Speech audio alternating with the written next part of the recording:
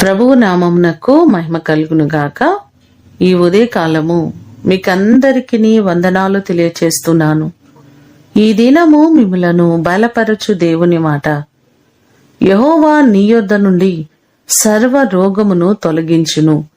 ద్వితీయోపదేశకాండము 7వ అధ్యాయము 15వ వచనం. మోషే ఇశ్రాయేలు ప్రజలందరినీ పిలిపించి వారితో ఈ మాటలు అంటున్నారు. యెహోవా నీ యొద్ద నుండి సర్వ రోగములను తొలగించి కఠినమైన క్షయవ్యాధులన్నిటినీ నీకు దూరపరచును అనే మాటలు ఈ అధ్యాయంలో మనకు కనబడుతున్నాయి. మన బలహీనతలను, మనకున్నటువంటి అనారోగ్యములను తొలగించే దేవుడు ఆయనే. నేను స్వస్థపరచు యెహోవాను నేనే అని చెప్పినట్లుగా నిరంతరము మనలను స్వస్థపరచుచున్న దేవుడు. ఈ మాటలు వింటున్న మిమ్మల్ందరినీ దేవుడు స్వస్థపరిచి ఆయన మిమ్మను బలపరచునుగాక. ప్రార్థన చేసుకుందాం. పరిశుద్ధుడు అయిన తండ్రి, మీ పాదములకు వందనాలు, స్తోత్రాలు.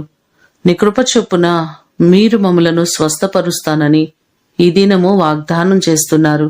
నమ్మదగిన దేవుడు మీరే ప్రభువా. నీ కృప చేత మా ప్రియులెల్లరినీ జ్ఞాపకం చేసుకోండి. ఎవరు ఏ బలహీనతల చేత, ఏ అనారోగ్యముల చేత బాధపడుతున్నారో ప్రతి వారిని మీరు స్వస్థపరచండి. మీ రెక్కల నీడలో ఉన్న ఆరోగ్యమును మీరు కలుగు చేయండి ప్రభువా. వారికి ఉన్నటువంటి ప్రతి సమస్యల నుంచి విడిపించండి. కుటుంబాల్లో ప్రభువా బలహీనతల చేత బాధపడుతున్న చిన్న బిడ్డలు ఉన్నారయ్యా. ప్రతి వారిని జ్ఞాపకం చేసుకుని ప్రతి చిన్న బిడ్డకు సంపూర్ణ ఆరోగ్యాలు ఇవ్వండి.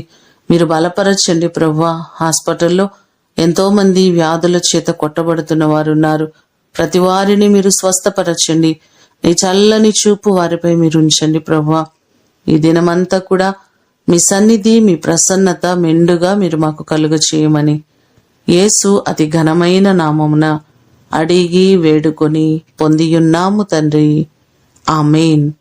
దేవుడు మిమ్ములను దీవించునుగాక.